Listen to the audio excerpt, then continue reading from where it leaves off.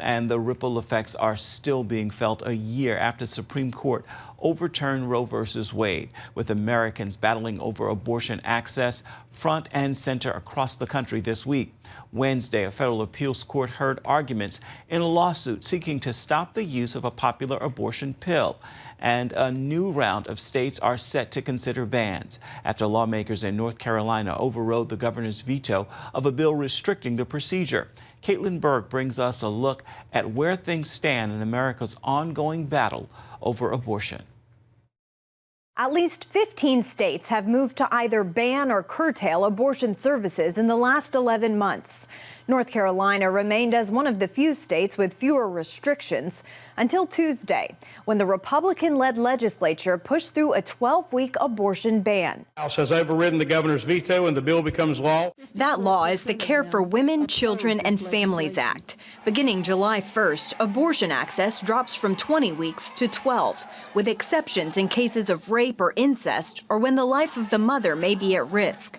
It also paired that protection for the unborn with $160 million earmarked for programs to support moms and families all across the state. Other states are considering similar measures.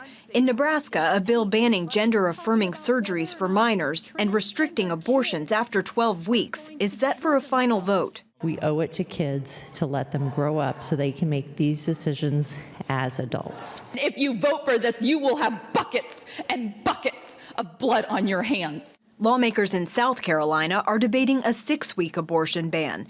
And if that becomes law, it would nearly wipe out abortion access in the South.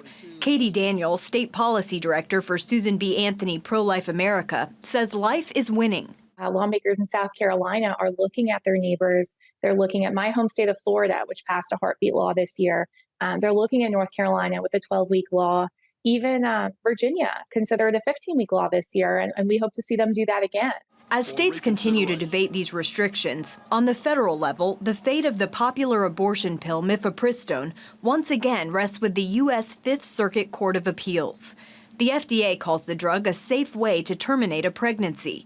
Anti-abortion groups, though, argue the agency didn't follow protocol in approving the pill, making it unsafe. When they originally approved the drug, they didn't follow the federal requirements that say before you can approve drugs for minors, you have to actually study the effects of these drugs on minors. The outcome of Wednesday's hearing could determine whether the drug remains on the market. The American people deserve better than a politically driven agency that's just trying to get outcomes favorable to its friends in the abortion industry.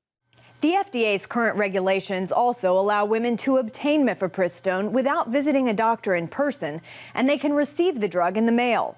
Regardless of how the federal appeals court rules, an appeal to the Supreme Court is almost certain. Burke, CBN News.